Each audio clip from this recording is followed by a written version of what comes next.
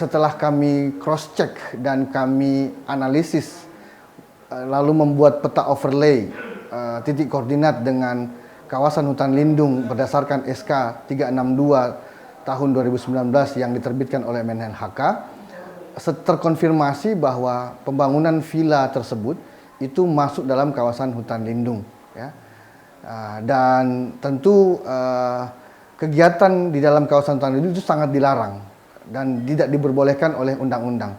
Saya ingin mengkonfirmasi ke publik bahwa benar Walhi Sulawesi Selatan melapor salah satu anggota DPRD Provinsi Sulawesi Selatan ke Polda Sulsel atas dugaan pelanggaran Undang-Undang Nomor 41 Tahun 1999 dan Undang-Undang Nomor 18 Tahun 2013 tentang pencegahan dan pemberantasan perusakan hutan.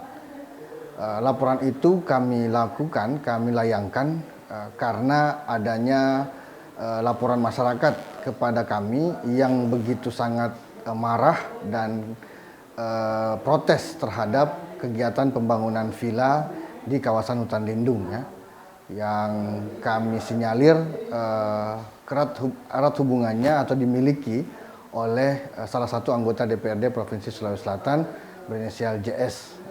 Tim mediatrustv.id mencoba konfirmasi dengan pihak JS. Dalam tulisan, JS menjelaskan, bermula tahun 2016, orang tua saya menyurat ke Dinas Kehutanan, maka terbit SK dari Menteri Lingkungan Hidup dan Kehutanan.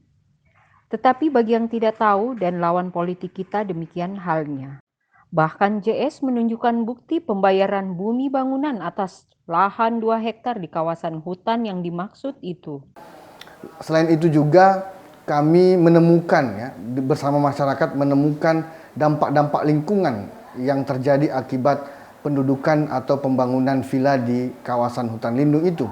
Salah satunya adalah hilangnya habitat flora fauna di hutan Pungtora, ya, karena lokasi pendirian dan pembangunan villa berada di kawasan hutan lindung Pungtora.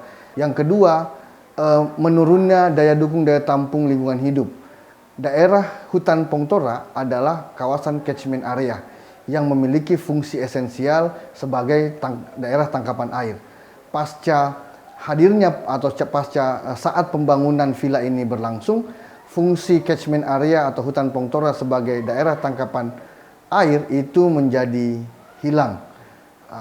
Saya kira ini juga salah satu alasan kenapa kami melaporkan pelaku atau melaporkan terlapor ke Polda. Ancaman longsor, ya, ancaman longsor dan bencana ekologis yang semakin parah.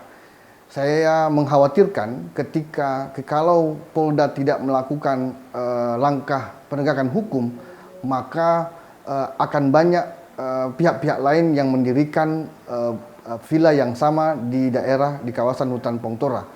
Dengan demikian itu sangat beresiko terhadap keberlanjutan lingkungan hidup, terutama memicu terjadinya banjir longsor di daerah kawasan Pungtora yang selama ini menjadi hulu das Sakdang.